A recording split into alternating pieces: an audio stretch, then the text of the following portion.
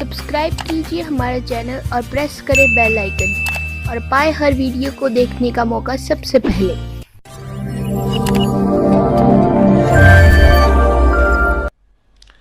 फिर कहते हैं कुबद कांचड़ी चढ़ी चित पे तू हो गया मनुष्य नागरे, सूझे नहीं सजन सुख सागरे बिना प्रेम बैरागरे।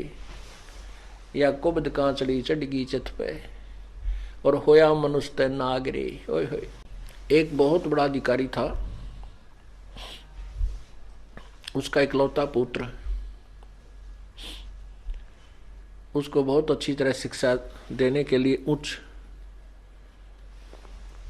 मतलब अच्छे हाई फाई स्कूलों में उसको प्रवेश दिला के पढ़ा रहा था। एक गांव में एक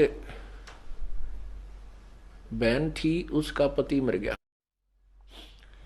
और उसके 15-16 एकड़ जमीन थी और वो हकीकियों की लड़ाई संघर्ष में मार दिया किसी ऐसे झगड़े पे।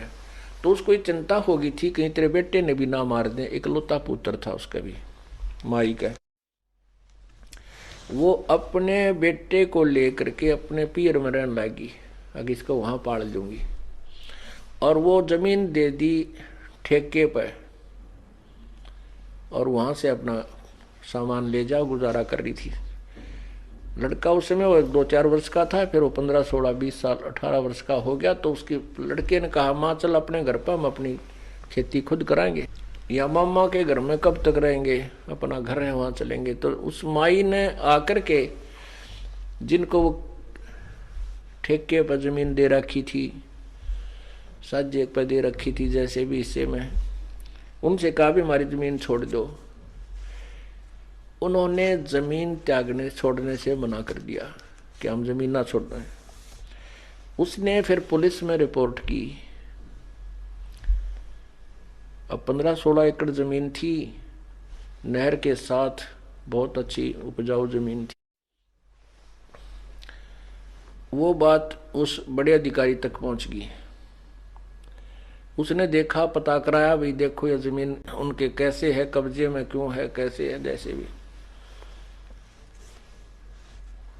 तो उनको पता चला पटवारी से कि ऐसा कोई नहीं है, विशेष कोई कब्जे वाली बात इनकी है नहीं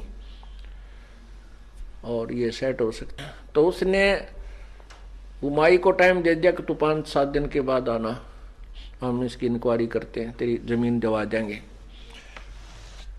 जब दोबारा वो माई गई तो उसका लालच आ गया बड़े अधिकारी के, 16 किले जमीन तू को ना खरीद ले, सस्ती मिल रहा कती।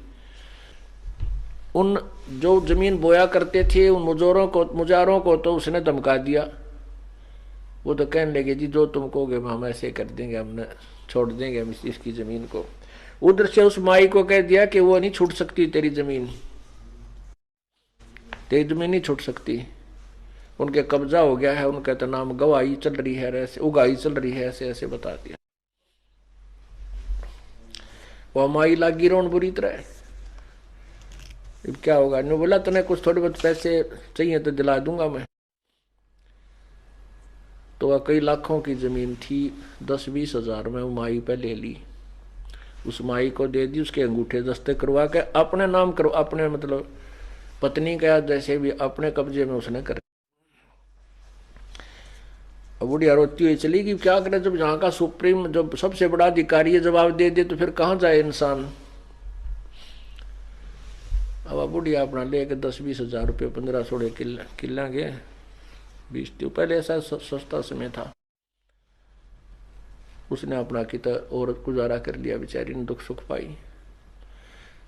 अब उस अधिकारी ने जिसने उसकी मदद करनी चाहिए थी, उसका फर्ज कर्तव्य था,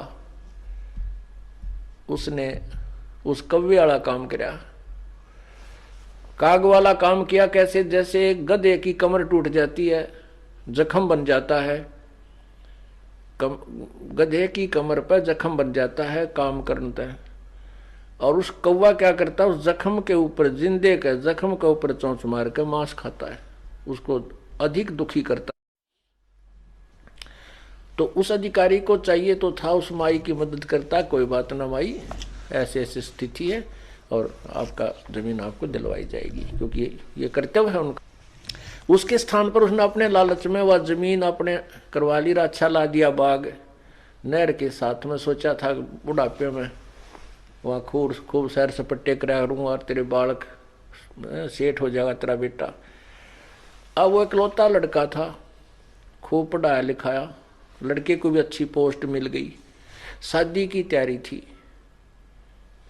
कार दुर्घटना में वो लड़का मर गया। जिसके लिए उसने कुबद कमाई थी, जिसके लिए उसने पाप कमाए थे, बिरानी आग में जड़ा था, वो लड़का ही ना रहा और वो पाप रह गए उसके ऊपर।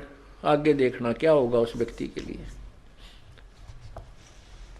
तो यहां बताते हैं कि कुबद कांचड़ी चढ़ गई चित पे, तो हो गया मनुष्य नाग रे। ओए होए, अब उस नाग जैसा काम कर दिया, डंक मारा उसने, उस अमाई बर्बाद होगी।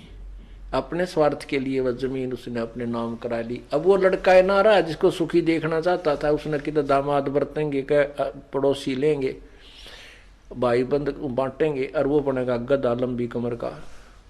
तो यहां याद दिलाया जाता सत्संग के अंदर, कुबद कांचड़ी चढ़ रही चित पे, तो हो गया मनुष्य नाग रे। मनुष्य वाला काम छोड़कर नाग वाले काम शुरू कर दिया।